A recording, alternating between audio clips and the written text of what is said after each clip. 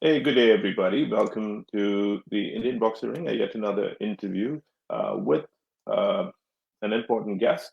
Now, before I tell you who this guest is, for you might know looking at the screen who the guest is, and of course this well publicized interview, so you know who the guest is.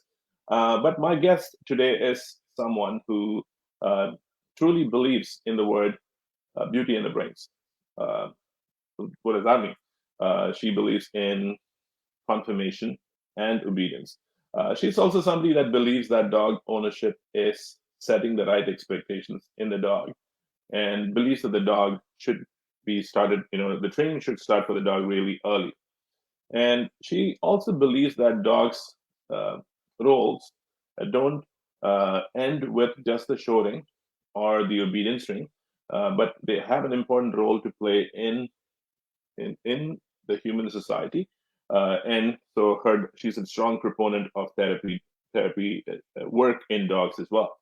Um, and just like someone actually, she's also somebody who reminds me of uh, what my mentor said once. The dog is as smart as the owner. Um, my guest today is Bobbi Compton from the United States. She's a breeder and the brains behind Show and Tell Boxers. Now, while Bobbi's husband of 52 years, Bob, and possibly her two children and grandchildren are proudly watching this interview, here's actually a brief introduction about Bobbi. Um, Bobbi actually got her first boxer at the age of 6. Um, I'm not going to say how long she's been in boxes because that would be like telling you how old Bobbi is. Her get to that. But boxes have been constant part of her life from that point on. And she bred her first litter of boxes in the year 1984 and has since produced 23 champions with very limited breeding. And her dog, Grand Champion Show and Tell's Reginald, is currently being shown and is the top 20 boxer for the year 2020 and 2021. Bobbi, you're going to have to correct me when we get to that. Okay. And Bobbi has competed, like I had stated, in obedience, and her dogs hold titles in obedience and rally competitions as well. She has also ventured into therapy work with her dogs, and 9 of her dogs have been certified as therapy dogs thus far. Now, she is also a founding member of the Northeastern Maryland Kennel Club and a member of Maryland Boxer Club. She also is currently serving her second term on the board of the American Boxer Club and has spent many years on the board of American Boxer Charitable Foundation. Now, I could go on and on, but again, I think you would rather hear this from Bobbi than from me.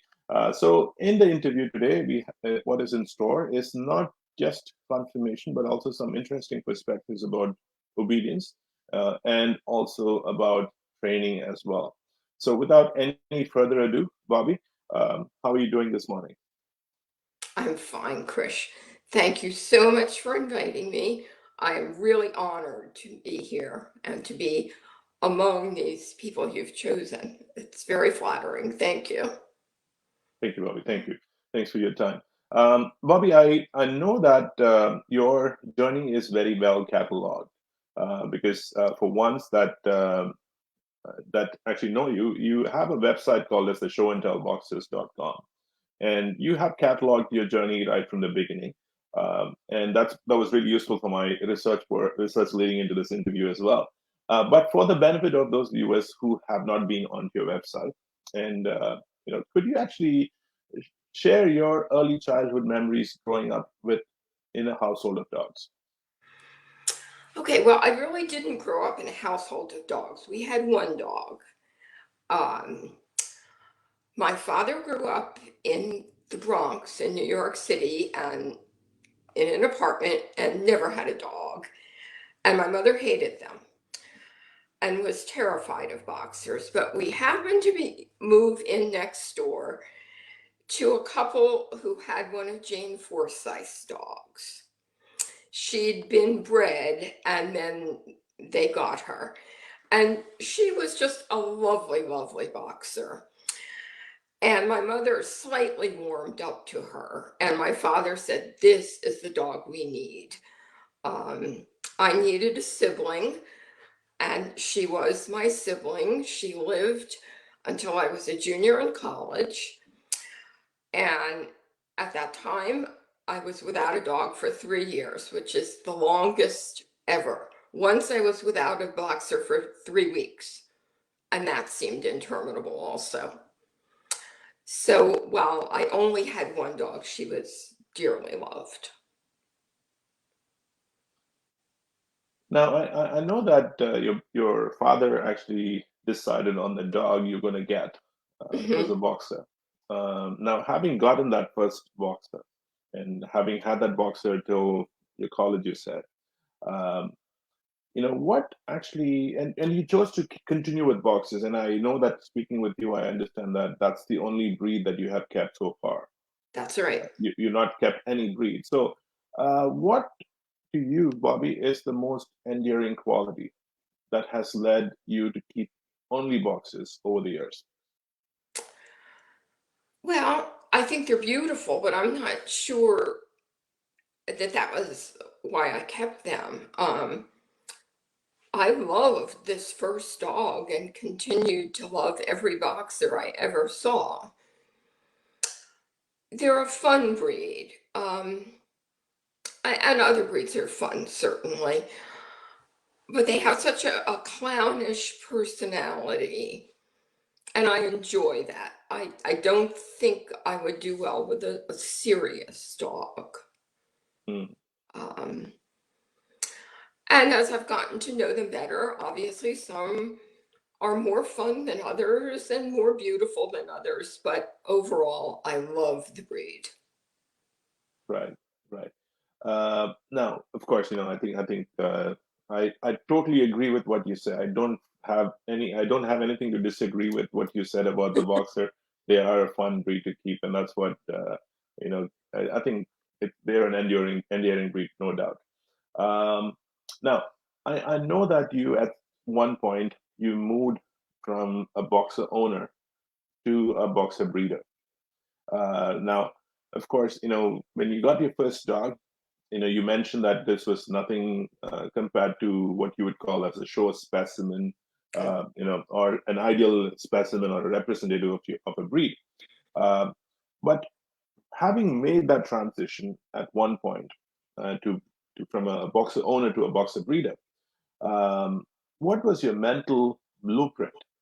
And I want to actually ask you, since you're a person um, who does confirmation and obedience, could you define that term, mental blueprint, in terms of both the beauty and the brains? I am not sure when I bred my first litter that I had any blueprint whatsoever in mind. I wanted a second dog, and my mentors said that my foundation bitch was a very, very nice bitch. She was plain, but she was very nice, so I wanted one of her puppies. I was not thinking down the road. Clearly, I never thought about the confirmation ring. I was interested in the competitive obedience by then. I was very fortunate that this dog was well bred and the owners were very patient and understanding, and they did both confirmation and obedience. So they supported both. As for having a mental blueprint, no, I had none. That came later, and Okay. quite a bit later. Okay. All right. We're gonna get to your mental blueprint again on what you think about, we want to hear more about that. But I want to actually ask you a question from what you said. Now, you said that your first foray into the competitive arena was with obedience. It was not with confirmation. Um, what was your trigger? How did you actually get into the obedience ring? I think once you breed a litter, you start looking at the puppies, and thinking, I like this one or I don't like this one. Now, mind you, in the 80s, the plain puppies were just disregarded instantly. Hmm. You know, they were being sold as pets. But I did start looking, and there was a very pretty dark brindle bitch in the litter. And I thought she was absolutely magnificent. And at her very first show, she took a major reserve at a specialty. However, that's all she ever did. She went on to another major reserve at a specialty and a sweepstakes. But looking back, she had a roachy top line. She crossed over in the rear, and there wasn't much of her. So we retired her. Um, you know, we weren't going to waste money. But then my second litter, I had a much nicer bitch. And she finished quite easily. And then I was bitten by the show bug. So. Right. Now, is it actually? I'm going to actually ask you more questions about obedience. Those are coming your way. Be warned. I'm going to ask you those questions. But before we actually do that, before we get into that, I want to actually ask you some questions about the phenotype. You know, the looks of the dog. Um, Now, this is a question I ask. Most of my guests. Actually, in fact, all of them. Do you think a boxer is a head breed? Yes, I do. And the head is the most important thing for me as far as the dog that I keep. I realize they don't run on their heads, etc., and they need a good body. But a dog could have the greatest body in the world, but if it didn't have a nice head, I don't want to feed it in my kitchen for 10 years. Mhm. I have to have a dog I like to look at. Right. So for me, Uh, definitely a head breed, but I do realize there's more than a right. head But it's a defining characteristic of the breed. for me. True. Very true. Very true. Again, for those viewers that are watching this interview, feel free to post your questions on under the comments, so I can actually ask those questions on your behalf to Bobbi. Bobbi, I want to actually get into the breeding aspect of it. Right, you mentioned about the definitive character or characteristic, or the feature of the breed, rather not a characteristic but a feature of the breed, the head. Now, how again, I think as breeders, boxer breeders, they're constantly trying to evolve the breed or preserve the breed. Well, they should be all be trying to preserve the breed, but we are constantly trying to actually do the right thing for the breed. Now, how important do you think it is for every breeder to know what exactly they would like to breed? I think it's important because you have to be aiming toward a certain goal. It doesn't always work out as you'd planned, but yes, I certainly think you need to know what a good head looks like and what the overall dog should be. Otherwise, it's sort of pointless to breed. Right. Um, True. No, agreed. No, very true. Very true. Of course, you know, um, I've heard people, or I've heard, breeders tell me that they burn midnight oil. They do countless hours of research. Um, you know, peering through pedigrees, and there is definitely method to the madness, right? So mhm, obviously, you want to breed a good product, and you're doing all of those things, which is gonna help you hopefully result in a good product, and that's all mhm. good. Now, you mentioned that when you started with your boxes, or when you bred your first litter, you did not have a mental blueprint, on what you want to do, what you wanted to breed. Yeah. Now, but you have spent, it's I would say you kept boxes for almost. I'm going to age you here. Oh, Sorry. that's fine. So you actually bred boxes. You kept boxes for almost close to 7 years, right? In another 2 years, You're it's going to close. be 7 years, 7 decades. That's no small time. You bred boxes for the last 40 years. Mhm. How has your, in your journey, I'm sure, your mental blueprint would have evolved many times over. Could you share what your current mental blueprint is of an ideal boxer in terms of the beauty and the brains? Okay, first of all, I would want a good head and a good top line. I I would like to keep boxers as a medium-sized dog. I don't want a giant boxer because they're a medium-sized breed. As far as temperament, there are some girls that I have read in the past that if I could bring them back, that would be the ideal temperament. They were perfect, almost. So temperament's very, very important to me. As far as I don't care at all about what color they are, and I no longer require flashy dogs. That's over. My mother always said that the plain fawn bitch was the real boxer. The others were wannabes. So, yeah, I would like to breed a dog structurally sound with a gorgeous head and brains. So, I'm trying. Okay, all right. Now, in terms of I've heard this with other breeds. I've heard this with Labradors. Um, you know, they actually. I've heard this term say, okay, when they actually see this chocolate lab, and when they look a certain way, um, you know who's bred the dog, right? That's the typical kennel. That dog is from that kennel, or Mhm. is from that line. Right. Or even within there's a unique style. They produce dogs with a unique style.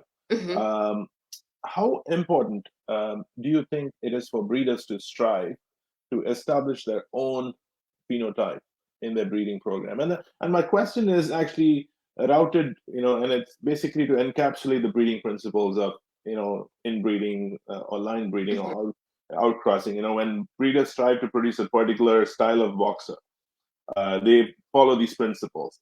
But Hmm. how important do you think it is for breeders to have their own kennel phenotype? I think the only way to do that is probably to breed far, far more than I ever have and certainly ever will. I don't think you can do it without having some really good stud dogs and and to be able to breed out. Basically, I have bred down from my foundation bitch. We've kept a bitch from her and bred it and so on. That's not the way to establish your own type. I've heard people say that my girls especially have a certain look about them. But I also think that I'm looking for a certain type of stud dog, which reinforces that. So if you're a small time breeder like me, I don't think you're ever going to make any long term difference in the breed. Okay. Um, Now, of course, that's that shows in all modesty what you said. But I want to actually take something from what you said. Um, Breeders actually strive to breed something which um, is to their mental blueprint. But breeders also try to breed something which is going to be the winning, which is going to get the ribbons, which is going to get the breed or the group or possibly the best in show. Do you think breeders actually its mental blueprint is always defined by the end goal um, being winning, or do you feel it is actually you should like what you have and you should breed something which you like and not what would potentially win? I think if you're comfortable within yourself, you're going to breed what pleases you. Hmm. Um, that said, we all want to finish our dogs. And some of us don't really care about having super dog because we won't send them away.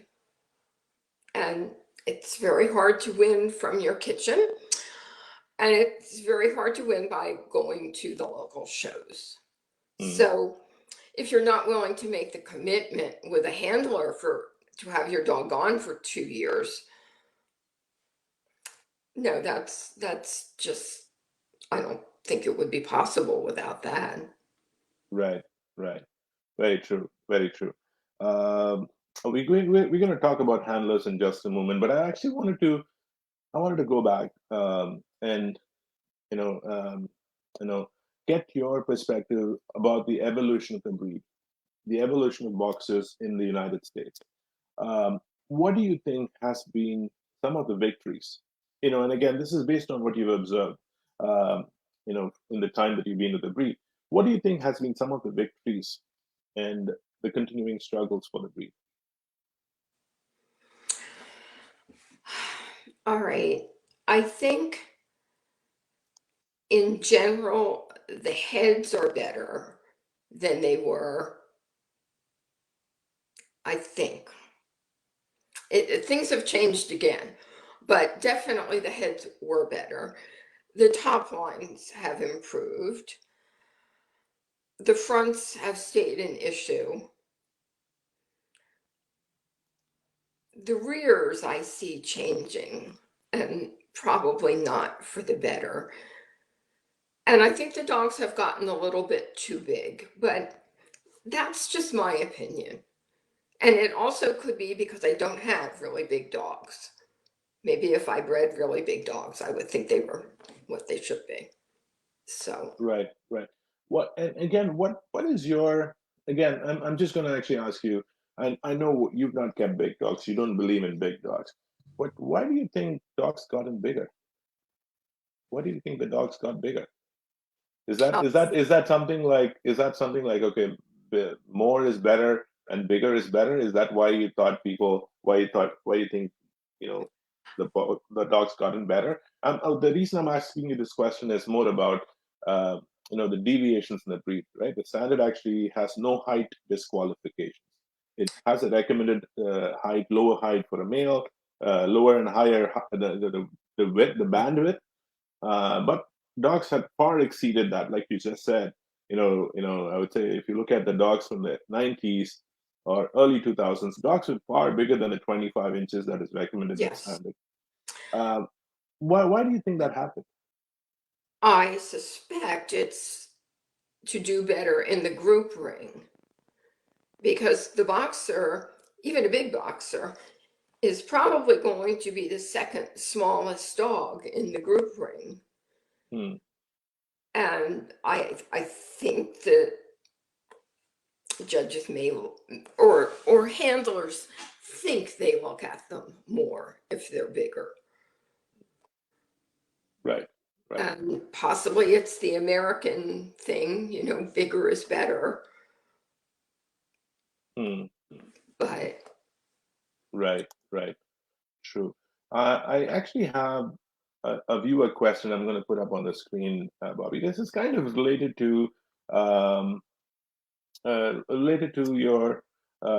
to a comparison. So the question is this: how would you compare the American boxer with the European boxer? It looks like the European boxers have a more heavy head. How far would you agree or disagree with the statement? I would agree. We have been to probably half a dozen dog shows in England over the last 30 years. And I've noticed that their heads are getting so large that at a glance you could think it's a St. Bernard. And no offense to the English, they have beautiful heads, but I do think they're getting bigger. And yes, I think that the American head is more refined. Right, right. Now, in terms of, thank you so much for that. I want to actually get back into this question. And of course, I think this question, I probably answered it myself in the introduction because I said your first foray into the competitive arena was with obedience. But I'm still going to ask you this question. Since you've dabbled in both obedience and confirmation, what would you call your first love? Would it be obedience or confirmation? I would have to say my first love is obedience. And it's really not because I am certainly no superstar in obedience, but the camaraderie of the obedience ring is so much greater than in the confirmation ring. In obedience, at the very top, it has become quite cutthroat. But I'm talking about the very, very top, and that doesn't affect me. Most people truly want each dog who goes in the ring to do well. And they're really cheering for them, and they're commiserating when the dog just blows up, which often happens. In the confirmation ring, I don't think it's that way. I really, even your very good friends would still rather you lose than they win, and I understand that. But there's more sportsmanship in obedience, probably more fun. But I enjoy both rings. Mm. I mean, everyone enjoys winning. Right, of course, of course. Is that because the lifespan of a dog in confirmation is much shorter than the lifespan of a dog in actually, well, sorry, wrong term, not lifespan, but the time frame that the dog has with confirmation is much limited than the time frame the dog has with obedience? Could that be the reason? It certainly could be. With AKC changing rules now and having classes strictly for the older dogs who can no longer jump the full height, you have dogs who are competing, at 10 or 11 years old. Right. My instructor has Rhodesian Ridgebacks, and one of her girls was competing, I think, at 11 or 12 and still winning, still doing wonderfully. Right. So yes, it's something to do with your dog after he finishes. And now puppies are finishing at a year, 14 months. Then what do you do with them? Mm. So I think it's a wonderful thing to do with your champion. Right. Right. True. Very true. Again, I'm sure this has happened to many people, and I'm sure it happened to you as well when you actually told somebody what your hobby was, which is, or what do you like? You say, oh, I've got boxers who compete. And the first thing they say is, okay, does your dog do tricks? Does your dog jump hoops? Yeah. Then if I was a confirmation person, had nothing to do with obedience, I would probably, then I'll have to define a breed standard. I'll have to say, this is the guidelines. Every breed has a written standard. They are judged against it, competition, and that's how your dog wins. It's like a beauty contest for dogs. But you don't have a problem with that, because you actually can say, yes, my dog does tricks, because my dogs do obedience, they do rally, they do therapy work. You can do any of that. You got a bigger bag of things that your dogs can do. But I want to actually ask you this question. What do you think? Again, this is for the benefit of those conformation breeders that might be watching this interview or would watch the interview later, what are some of the advantages of training the dog on obedience? I think there are numerous advantages, but I'll start by saying, and I don't know if you have children or not, but I have one, yeah. I have a 12-year-old son, yeah. okay. When you have a child, especially a young child, and you're taking them somewhere, you tell them exactly what's expected of them before you get there. What behavior you expect and what behavior you won't tolerate. And usually the child then goes to the event or whatever it is, knows what's expected of him and does it. It's the same thing with obedience. Knowing what's expected of you gives you a certain confidence that you can do anything. If a dog has been to puppy classes, he's learned to get along with other dogs. He's learned not to be overwhelmed by hundreds of dogs in a room. He's learned to listen to the handler. Now, you're not training a puppy to be perfect, but you're preparing him to have the confidence to go farther, to go into the breed ring and not be intimidated by the sights and the sounds and the other dogs and the crazy people, because he knows what he's supposed to do and he has the confidence to do it. And I think that just is a healthier way to go about introducing a dog to conformation. And they're not going to sit in the ring. I know that's the bugaboo that I've heard for years and years and years. And other than a tiny puppy, and all little puppies sit in the ring occasionally, it doesn't happen. Okay. That was my question, 3 questions down, and I was going to ask you that question, but thank you. You actually preempted me to ask you that question. I was going to Well, ask you that. that's something everybody worries about. Okay. And if they do sit, you tell them to stand. So Right. Now, it's actually, you mentioned about this. I think you alluded to this fact about setting the right expectations as a young puppy. What would you say is the right age to start obedience training in puppies? I know that the really serious trainers probably start at 6 weeks.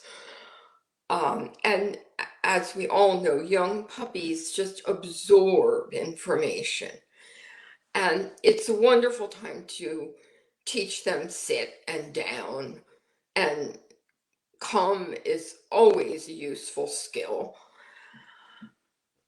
I generally don't take my puppies out that young. I think if you can find a fun puppy class at 4 months old, that's great.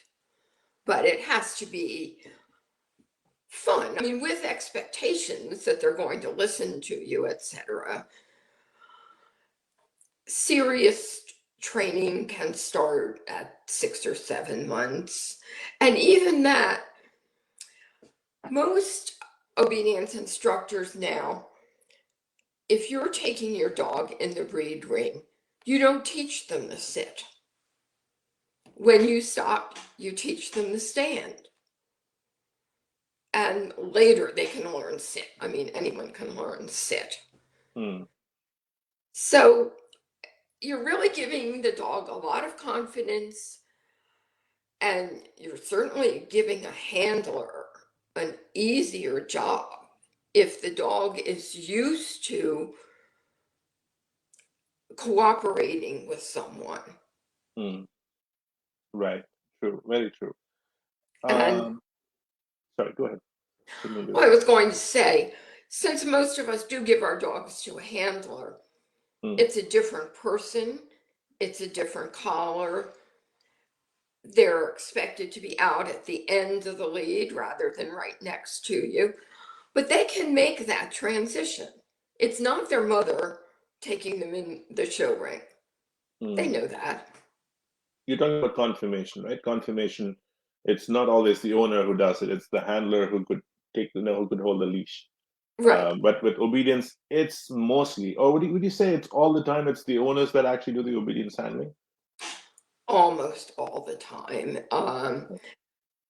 In some breeds where obedience is more valued than other breeds, you do have handlers putting an obedience title on a dog to get a versatility award or something like that. Mm. I've seen it occasionally that there's been a professional handler, but it's very rare. Okay. Again, I'm not going to get into the advantages of a professional handler because this is not within the scope of my question. But I know that professional handlers with the unique skills that they bring to the table, or to the ring, not the table, but to the ring. Ours is not a table dog. Ours is it's actually a dog which now goes on the table. They actually, make a good dog great. They can actually make a good dog great.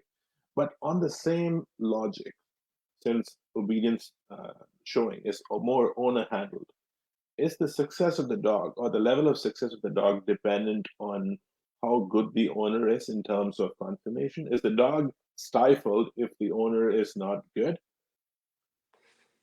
Oh, I would think so, definitely. Hmm. I mean, you want to make your dog look its best, and I, for one, could not do that. But some owner handlers can, and Hmm. I'm seeing more owner handlers winning now. Right. Uh, Um, Bobby, I actually have this, I had this notion. Now I understand that it's a mistaken notion. You know, they say the notion that I had was a dog um, has to finish the conformation before they get into obedience because the same thing that you mentioned about sitting down, right? The dog is actually has to have a little bit of that personality, that aura, and obedience does not do that aura any good. So a dog should actually do confirmation first, get their title, and then go into obedience. But I'm going to actually take but that's not my mindset or notion now. But I want to ask you this question, which still remains: how is the mindset of a dog switched when it's competing in obedience and confirmation? Like, for example, on a Friday, let's say ABC weekend, obedience happens at the first before confirmation happens, and the confirmation happens later. And let's say your dog is competing in both obedience and confirmation. How do you switch the dog mindset from obedience to confirmation? I think the dog takes care of that himself. I think a dog knows what he has to do in each ring. In one ring, he gets liver and gets to strut and can carry on a bit. And in the other ring, it's a different handler. There's no food. They're smart. Now, I'm not saying it's easy to go from one ring to the other. And part of that is just a question of getting often from one building to another. It's just difficult, but I think the dog can make the switch. Right, right. Do you adopt any techniques or strategies to do that? Is that, like, I've heard about the type of collars they use? What is in play here? Well, it's a different collar, but the reality is you can show an obedience on any collar you want to. It can't have tags hanging from it, but no one cares what collar it is. So, no, you could really run from ring to ring and do just fine. But it's difficult because anytime you're racing from one place to another, that's going to stress you and the dog.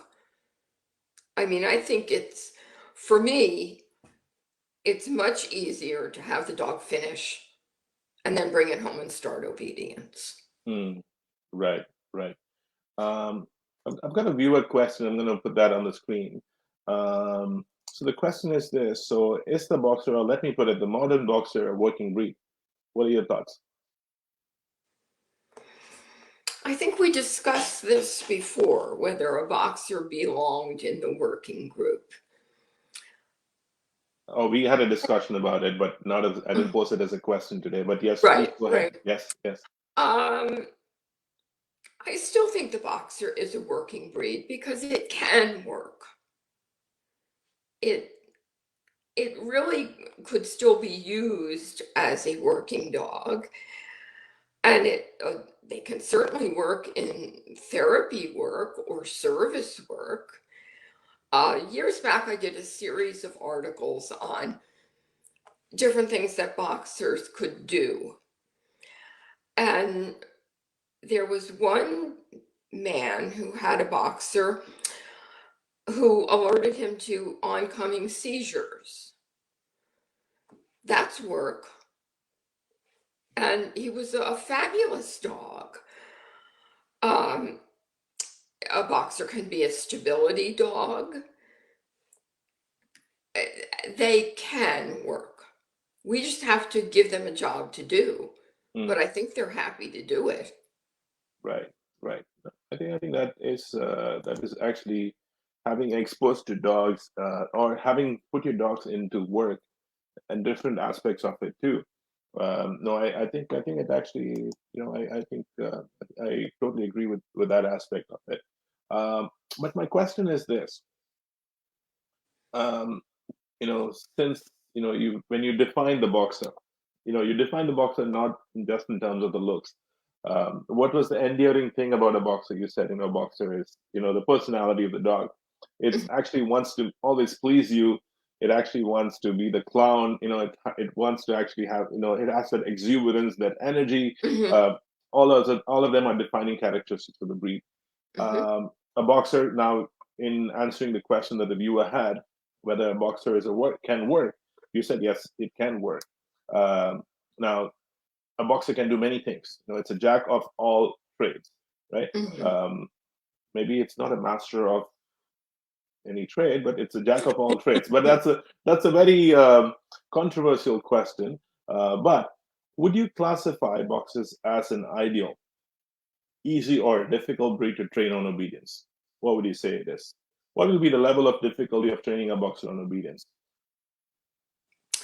I would say probably they're a medium level dog to train. They certainly have to be trained very differently. As I said, my instructor has Rhodesian Ridgebacks, and hounds are not typically an obedience dog. Their kind name for them are non-traditional obedience breeds, and that would be a boxer. A golden retriever can be asked to jump over the same jump 25 times. And on the 25th time, it will be just as happy to have done it. When a boxer goes over the jump and does it correctly, we usually stop right there and go on to something else. Because if the boxer is asked to do it again after it's done it right, he's going to think, what didn't she like about that one? I thought it was perfect. Let me tweak it. And then they tweak it to make it different and wrong. They're still having fun, but they get bored. So it's just a different mindset in the training. They can't stand repetition. And as long as it's fun, they're going to do it. But once for each thing. Now, if they don't do it correctly, then you have to show them how to do it correctly, but they won't do it over and over and over. And Right. they do add their own things. Like, we have a very small training class, and there are 3 golden retrievers and a cattle dog and a Springer. And the Springer and my Freddie are the clowns of the class. When Freddie goes out for the dumbbell, he sort of bounces out, whereas the other dogs go out and get the dumbbell and bring it back. So he does keep everyone laughing, and boxers do.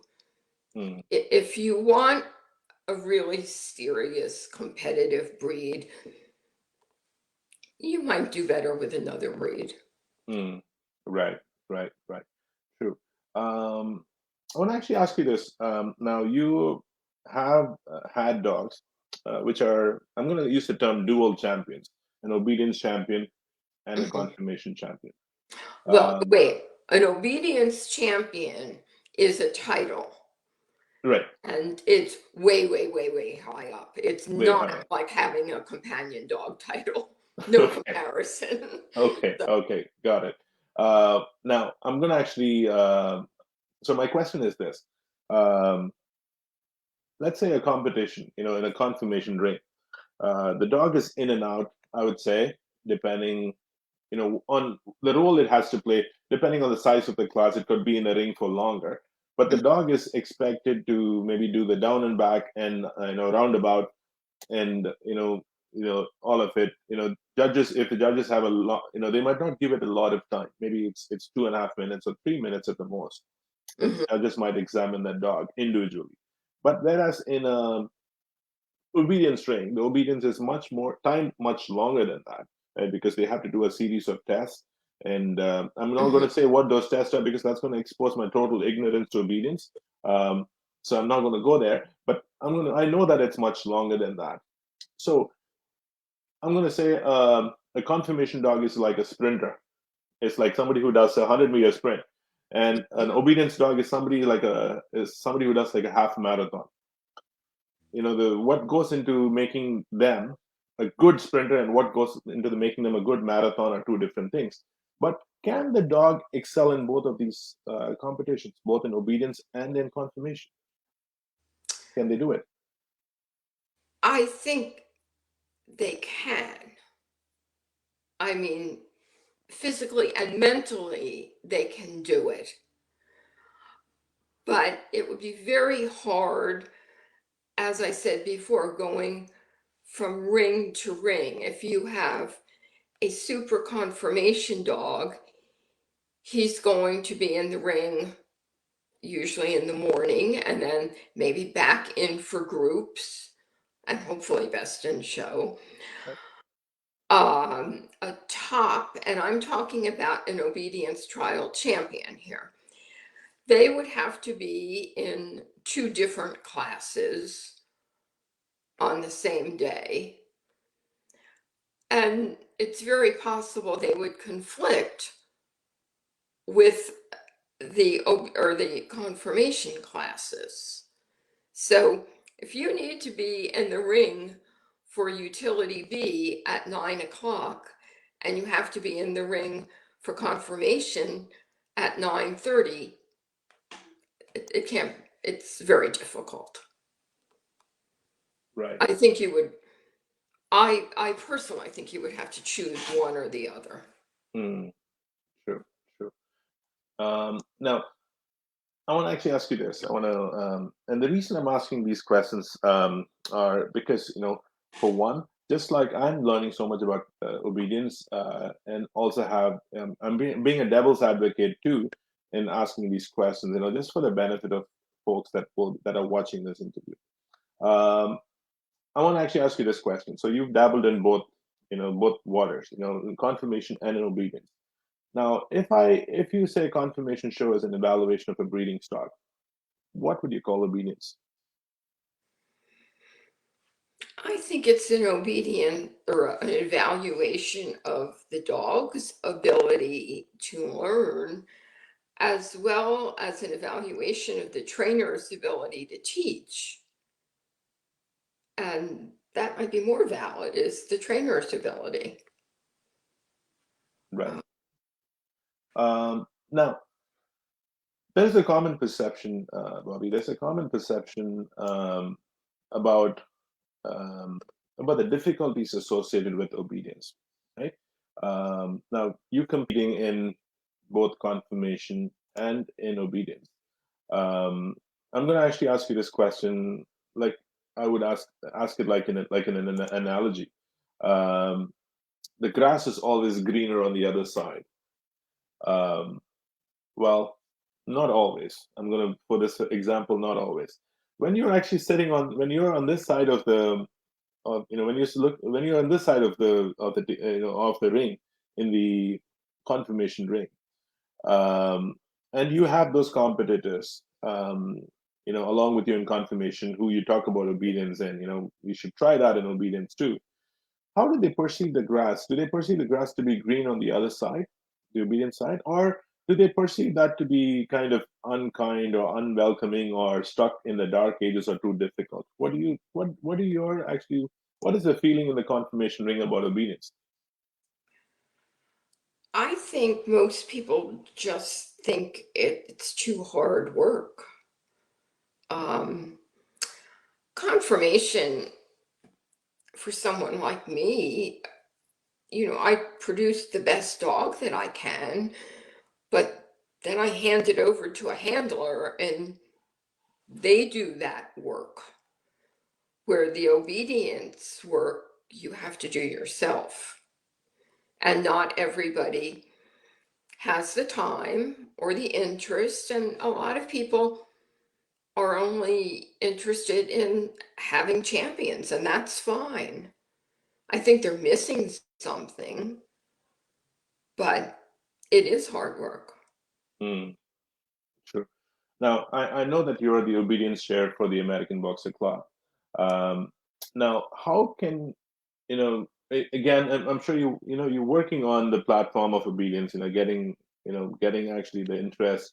I think that's the problem that is facing the breed anyways, right? About how we can get newcomers. But as the ABC obedience chair, how can obedience be made more appealing in order to attract newcomers? I think the AKC has been trying for years now to attract new people. Rally was introduced, oh, I guess it's been 20 years now. And it's a little bit less precise form of obedience. And it's easier. It really is. But it's fun and people really enjoy it. And it's the same thing that you're creating a bond with your dog and you're enjoying the atmosphere. And a lot of people, after they've completed all their titles in rally, they often go on to obedience. And the rally dogs are just as capable of doing obedience. It's just that it's more structured, but they often do both. And AKC now has also introduced preferred classes, which, as I said before, the jumps are lower, and the or the older dogs who may be feeling it in their shoulders, and they can do these lower jumps and still have a good time, so that they can do it for years and years. And with the introduction of barn hunt and scent work, boxers can do that and they really, really enjoy it. And there are also things that an, a handler can do as they age, which in our current climate, that's important. there's a lot of gray hair in the obedience ring, or in the show ring.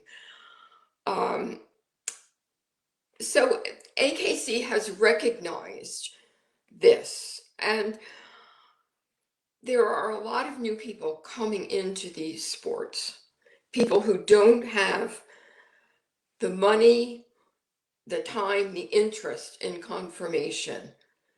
And these sports are growing. So it may change dog shows, but there will still be dogs and owners to love their dogs. Right. Very true. Very true. Absolutely. I think we gotta look at this. I'm gonna put a viewer question up on the screen. So this question here is showing is subjective, whereas obedience ring is more objective. Would you agree? Yes, I would agree. The dog either sits or he doesn't sit, drops or he doesn't drop. It is quite objective at the very, very highest levels. I don't know this from personal experience, and certainly never will, but I think the objectivity is a bit clouded because you have the super people who can intimidate a judge, just as a certain handler can intimidate a judge. But that is only at the tip top, the top 5% of people. For the most part, in obedience, you either do it correctly or you don't. And it's obvious to everyone what you've done or haven't done. Right. Very true. Very true. Thank you so much for that, Bobbi. We actually have, I don't think this is going to be complete. This interview is going to be complete if I don't ask you about your work with therapy, the therapy work you're doing with your dogs, which is, I think something which is fascinating part of, how you give back to the society in terms of, your dogs, in terms of, because dogs can have a lot of, they have a lot of, benefits. There's a lot of benefits of ownership, dog ownership, mood elevation being the most important one. But could you talk more about your work with therapy, with the therapy work that you've done with your dogs? I'd love to talk about it. I actually had no intentions of doing therapy work. When my son was in high school, he had to do a service project. And I said, why don't you take the dogs to a nursing home? And he did. And I went with him. And Chris and I both hated it. And the dogs hated it.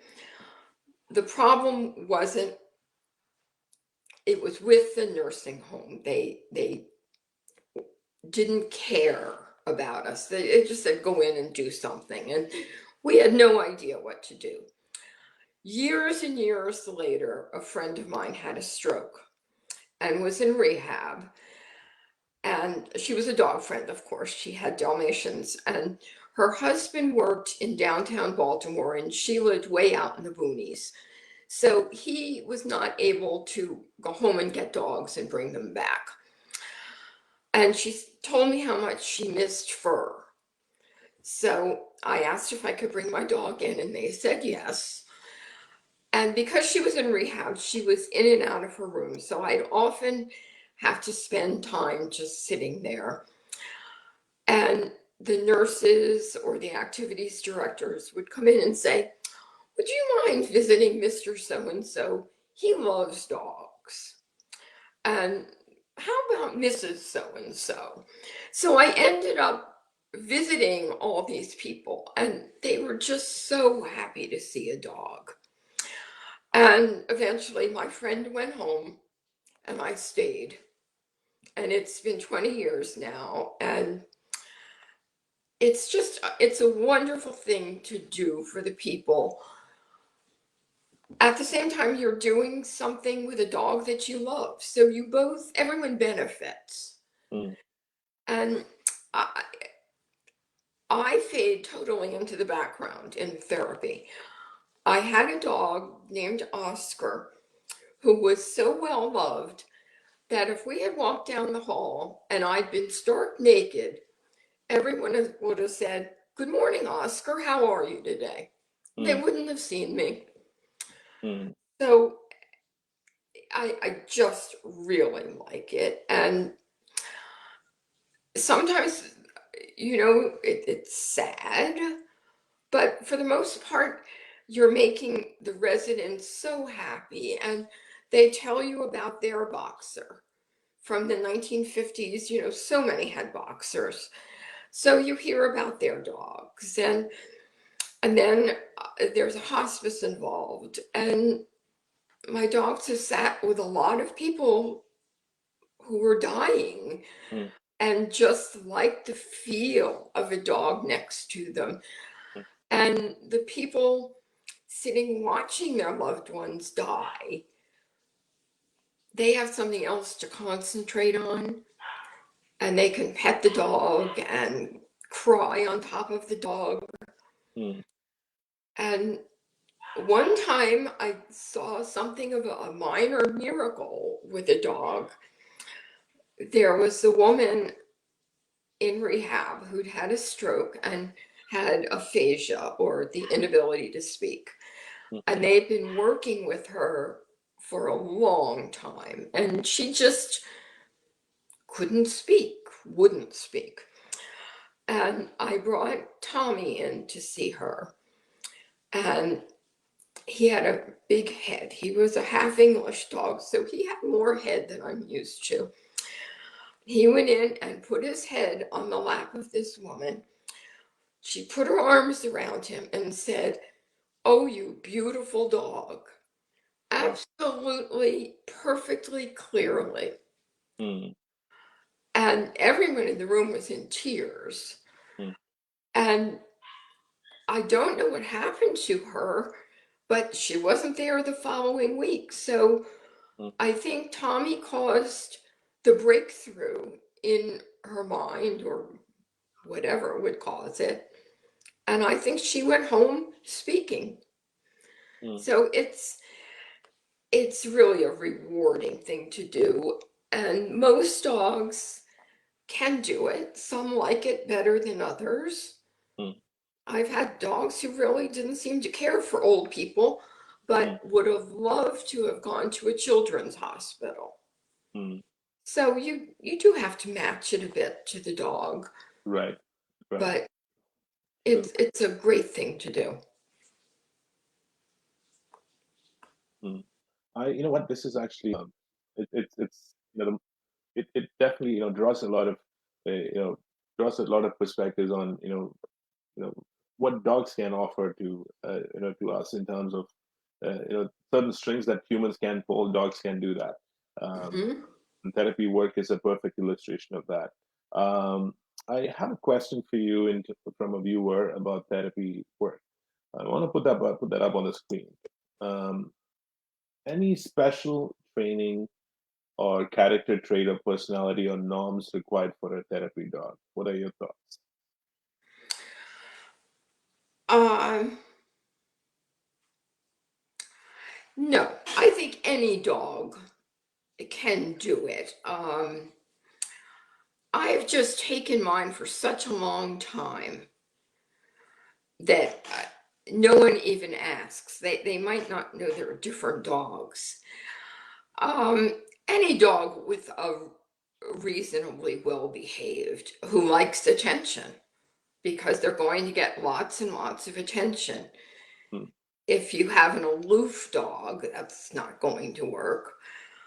And an out of control dog won't work, but virtually anyone else will. hmm, As I said, I've had dogs who didn't enjoy it, and I stopped, and they would be better served doing a reading with Rover or something like that. But right, right. those things exist. True. Very true. Very true. I'm going to actually come back to this question again. I asked you this in a different, I'm going to ask you the same question in a different iteration. I'm going to add another choice. What do you love most about keeping dogs? Is it conformation? Is it the spirit of competition with conformation? The spirit of or is it obedience, or is it the work, the therapy work? What is most gratifying? What is something which you find more gratifying? I would have to say it's therapy work Mm, because it is something that other people are benefiting from. mm. Um, Second would be obedience because I'm not a great trainer, so I have to work really, really hard for a title. So, Okay. Um, I Krish, actually, sorry. I'm sorry, but my battery is dying. Okay. I I'm have gonna. 2% left, so I'm sorry. How many percent do you have left? 10% left. Okay. All right. So then I have last two questions for you. We will finish it. Um, Does Bobby have, Susie Rome has a question. Does Bobby have any suggestions for boxers growing up during the COVID time? Um, you know, they don't have the social connections, basically, even dogs don't get to socialize now. That's been a problem. What are your, there's a COVID puppy is not well socialized, is what Susie's point is. What No, are your thoughts about that? I think it's a real problem. Mm, We had hoped to breed at the beginning of COVID and couldn't because they wouldn't do the progesterone. And I was sort of glad that it didn't work. I would say just start over. Pretend that you have a 10-week-old puppy and start taking it out very slowly, introducing it to new things, just the way you would with a baby puppy, because there was no way to get a lot of that socialization. very But true. you can't expect miracles, so take it slowly. Right, very, very pertinent advice. Bobby, I actually wanted to thank you so much for your time. So that was all the questions I had. Um, Thank you. I, I certainly wish that your battery had another 20, 30%, so I could have asked, I would have kept you on for more time, but I guess we're going to have to end it at this point. I am Um, sorry. I started out with 100%, but okay, not a problem. Now, of course, I think this interview is going to the perspectives that you brought to this interview and the details of your journey with boxes definitely gave me a lot of light bulb moments, things that I didn't even think that I could do with a boxer. I'm sure um, those perspectives would also be felt by the confirmation breeders who are not familiar with obedience or with therapy work. Thank you so much for your time, Bobby. Now, before we conclude, do you. you have any parting thoughts that you would like to share with our viewers? I would just like to invite everyone to the obedience portion of ABC. It's on the Saturday and Sunday. We'd love to have you. You may find it really interesting.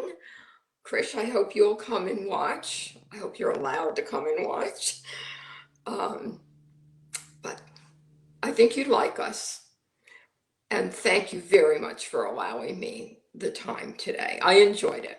It was mutual, Bobby. It was a pleasure having that opportunity to get details of your journey. And again, for those viewers that are tuning in or who have tuned in or who will be watching this interview, it will be available offline on YouTube. So if you miss portions of it, it is available for you. Just look for Indian Boxer Ring, and well, if you're seeing this, you already have found it. Um, just if you're looking for it on YouTube, just look for Indian Boxer Ring, and you're going to see this interview. Feel free to view it and share it with your friends. If you see value in this, I saw a lot of value, and I'm sure you will agree with me as well. Um, my next guest, just want to quickly give you a sneak peek of who my next guest is. My next guest is actually from Ireland. and she is a respected judge, and she is considered, she's actually has kept dogs, or she actually had dogs in her family even before she arrived. My guest is Anne Ingram, and she's going to be my guest on June the 13th. Bobbi, thank you again for your time. It Thank was my you. pleasure. I Have enjoyed yourself a it. wonderful day. Thank you. And for the rest of you, stay safe. Thanks so much. Talk to you soon. Bye-bye.